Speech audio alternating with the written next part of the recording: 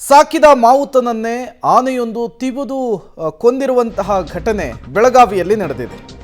ಮಾವುತ ಕರಿಯಪ್ಪ ಬೇವನೂರ್ ಮೃತ ವ್ಯಕ್ತಿ ಅನ್ನೋದು ಗೊತ್ತಾಗ್ತಾ ಇರುವಂಥದ್ದು. ಮೇವನ್ನ ಹಾಕ್ಲಿಕ್ಕೆ ಹೋದಂತಹ ಸಂದರ್ಭದಲ್ಲಿ ಈ ಘಟನೆ ನಡೆದಿದೆ. ಬೆಳಗಾವಿ ಜಿಲ್ಲೆಯ ರಾಯಭಾಗ ತಾಲೂಕಿನ ಅಲಕನೂರು ಗ್ರಾಮದಲ್ಲಿ ಘಟನೆ ನಡೆದಿದೆ.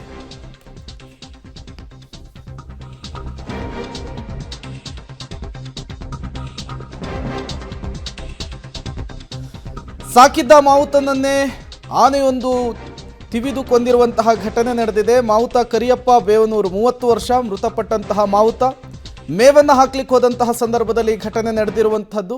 ಬೆಳಗಾವಿ ಜಿಲ್ಲೆಯ ರಾಯಭಾಗ ತಾಲೂಕಿನ ಅಲಕನೂರು ಗ್ರಾಮದಲ್ಲಿ ಘಟನೆ ನಡೆದಿದೆ. ಅಲಕನೂರು ಗ್ರಾಮದ ಶ್ರೀ ಕರಿಸಿದ್ದೇಶ್ವರ ದೇವಸ್ಥಾನಕ್ಕೆ ಸೇರಿದಂತಹ ಧ್ರುವ ಆನೆ. ಈ ಆನೆಯನ್ನು ಕರಿಯಪ್ಪ ಬೇವನೂರು ಅನ್ನೋರು ನಿರ್ವಹಣೆ ಮಾಡ್ತಾ ಇದ್ರು. ಹಾರೋಗೇರಿ ಪೊಲೀಸ್ ಠಾಣೆಯಲ್ಲಿ ಕುರಿತಂತೆ ಪ್ರಕರಣ ದಾಖಲಾಗಿರುವಂಥದ್ದು. 30 ವರ್ಷ ಕರಿಯಪ್ಪ ಬೇವನೂರು ಅವರಿಗೆ ಈ ಧ್ರುವ ಅನ್ನುವಂತಹ ಆನೆಯ ನಿರ್ವಹಣೆಯನ್ನು ಇವರೇ ಮಾಡ್ತಾ ಇದ್ರು, ಪಾಲನೆ ಮತ್ತು ಪೋಷಣೆ ಎಲ್ಲವನ್ನೂ ಕೂಡ. ಬಟ್ ಈಗ ಅದೇ ಆನೆಯೇ ಅವರನ್ನು ತಿವಿದು ಕೊಂದಿರುವಂತಹ ಘಟನೆ ನಡೆದಿದೆ. ಮತ್ತಷ್ಟು ಡೀಟೇಲ್ಸನ್ನು ಕೊಡ್ತಾರೆ ಚೇತನ್, ದೂರವಾಣಿ ಸಂಪರ್ಕದಲ್ಲಿ ಜಾಯ್ನ್ ಆಗಿದ್ದಾರೆ. ಚೇತನ್, ಈ ಘಟನೆ ನಡೆದಿದ್ದು ಹೇಗೆ ಅಂತ ಹೇಳಿ, ಏನಾಯ್ತು ಅಂತ? ಖಂಡಿತವಾಗಿ ಕೂಡ ಒಂದು ದುರಂತ ಅಂತಾನೆ ಹೇಳ್ಬೋದು.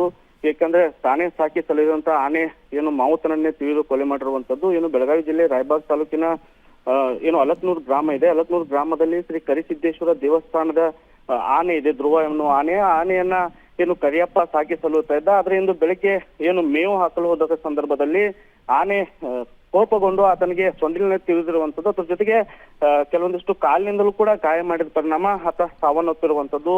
ಈಗಾಗಲೇ ಏನು ತಾನೇ ಸಾಕಿ ಸಲುವಂತ ಆನೆ ಆತನನ್ನು ಕೊಲೆ ಮಾಡಿರುವಂತದ್ದು. ಈಗಾಗಲೇ ಸ್ಥಳಕ್ಕೆ ಹಾರೋಗೇರಿ ಪೊಲೀಸರು ಕೂಡ ಭೇಟಿ ನೀಡಿ ಪರಿಶೀಲನೆ ನಡೆಸಿರುವಂತದ್ದು. ಹಾರೋಗೇರಿ ಪೊಲೀಸ್ ಠಾಣೆಯಲ್ಲಿ ಈ ಕುರಿತು ಪ್ರಕರಣವೂ ಕೂಡ ದಾಖಲಾಗಿರುವಂತದ್ದು. ಓಕೆ, ಥ್ಯಾಂಕ್ ಯು ಚೇತನ್ ತಮ್ಮೆಲ್ಲ ಮಾಹಿತಿಗಾಗಿ.